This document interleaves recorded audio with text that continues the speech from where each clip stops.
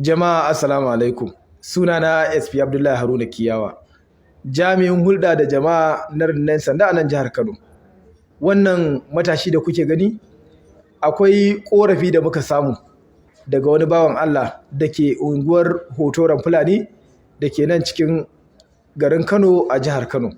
Akan cewa ranar 7 ga watan 2 na wannan shekara ta 2024 an yi garkuwa da ɗansa mai suna Abdullahi ɗan kimanin shekaru 14 wanda kuma an nemi ya ba da kuɗin fansa naira miliyan 4.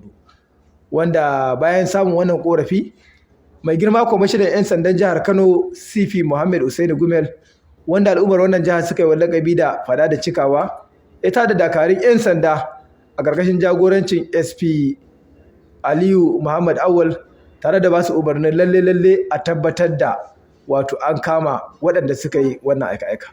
To wannan da kuke gani bayan an kama shi wanda ya tabbatar da irin abubuwan da suka yi wanda ya kai ga shi wanda aka garkuwa da shi ma ashe an riga da ma an kashe shi. Sannan akwai waɗansu matasa da suka zo hannu ta dalilin bincike wanda kama su da muka yi ya kamata a ce mun ja hankalin al'umma musamman irin waɗannan ɓata gari da yadda za su iya sa mutum a matsala ba don bincike ba.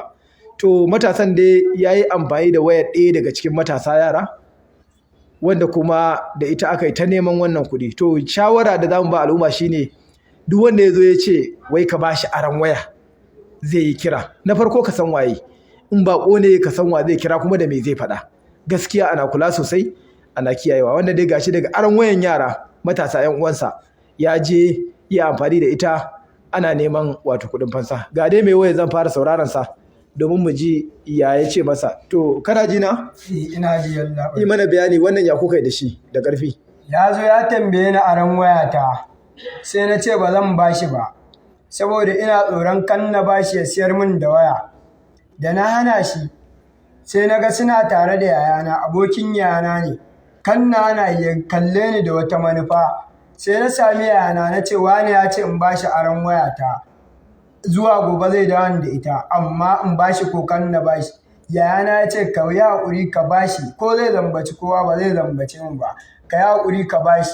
Na ɗau wayata na bashi daga washe gari ran talata ya ce min zai kawo ita ranar laraba kenan.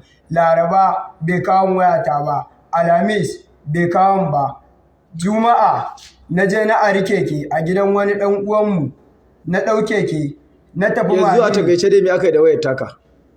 Wani yaro suka kashe, suka yi kira da wayata suka kashe yaron kuma suka nemi kuɗi ba a ba su. Kai yanzu aka yi ƙara amincewa da waɗansu mutane ka ɗauki wani abu da aka gaba saka wanda baka san su ba? A yalla bai ni in Allah ya doyan ma ba zan ƙara riƙewa ba. To aiwa to kai mun magana da ƙarfi kuma a takaice menene sunanka? Sunana Ismail. Da ƙarfi mana. Sunana Ismail Adam. Shekarunka nawa? Shekara ta 22. Da ƙarfi nake so ka mun magana. 22. A ina kake da zama? A Mariri Zara. To ba mu labari me ya faru da wancan yaro Abdullahi? Abin da ya faru akwai wani gaye a Mariri Magada. Muna zaune da shi muna hulɗa da shi haka muna tare da shi kenan. Har ka kai da mun fara saba ma tun da ina zuwa unguwar muna zama. Sai ya ce yanzu muna magana can mun ɗan jima haka mun ɗan jima. Ainihin magana fa shi ba kayan shaye-shayen nan ne babu ku samun kuɗi da yake da su. Ya ce min ya za a samu kuɗi ko ta halin yaya ne? Na ce kamar ya ta halin yaya. Ya ce to ka gane kawai ya za mu samu ɗan gidan masu kuɗi ko a kidnapping ɗinsa a turo kuɗi. Tun abin yana ɗaukar sa no serious har abin ya samun shi a zuciyata. Sai na ce to shikenan. Sai lokaci ya ce mu je Hotoron nan ne muka je ya ce min ina ɗan gidan haka ɗan masu kuɗin da su ɗan bayan aka riƙe yaron. Sai na ce to shikenan muka je sai na ga wani yaro Abdullahi ɗan unguwarmu ne a da a unguwar Hotoro a da. Sai ya ce gashi na wannan ya ce to ka san yanda za yi? Na ce a'a. Ya me yake sayarwa? Na ce gaskiya ba abin da yake sayarwa. Ya ce to me kake tunanin yanda za a ji hankali? Na ce to gaskiya dai abin da na san suna sayarwa takalma suke sayarwa a kasuwa. Ya ce to ka san yanda za a yi? Na ce a'a. Ya ce to da Allah ka ja mana wannan yaron mu je kawai mu ce ya zo gidan mu ya karɓi takalmi tun da shi bai san shi ba. Ya biyo ku? Ya biyo mu. To ya kuka yi masa? Da ya biyo mu sai muna zuwa gida sai muka na bar su tare da shi gaya. sai na shiga gida na ɗauko botiki da ruwa zan yi A wanki. takaice ina aka kai yaron? Yaron bayan wani gini aka kai shi, bayan wani kango aka kai shi. Me aka yi masa? Kashe shi aka yi, Da me aka kashe shi? da wuƙa aka kashe shi, Wani irin kisa aka yi masa? yanka shi aka yi Ta ta baya. ina aka yanka masa? Ta baya aka yanka shi, Da dai ina nuna min a jikinka. kamar nan gurin aka yanka shi. Yaron ka dama ka san shi ne? Ni yaron na san To shi. me yasa aka kashe shi? Abin da yasa aka kashe shi, ni ban san cewa za a kashe shi ba. Ni ko ya ce min za a riƙe shi a bada kuɗi. Ni To kuma yanzu mutane nawa ne suka yi wannan abin gaba ɗaya? Tun daga shirya garkuwar da kuma mu biyu ne ni da shi, da kai da waye? ni da shi gayan. Shi wanda ya gudu ko? Ya sunansa? Sunan Sirisi. To kai yanzu ya kake ji a ranka?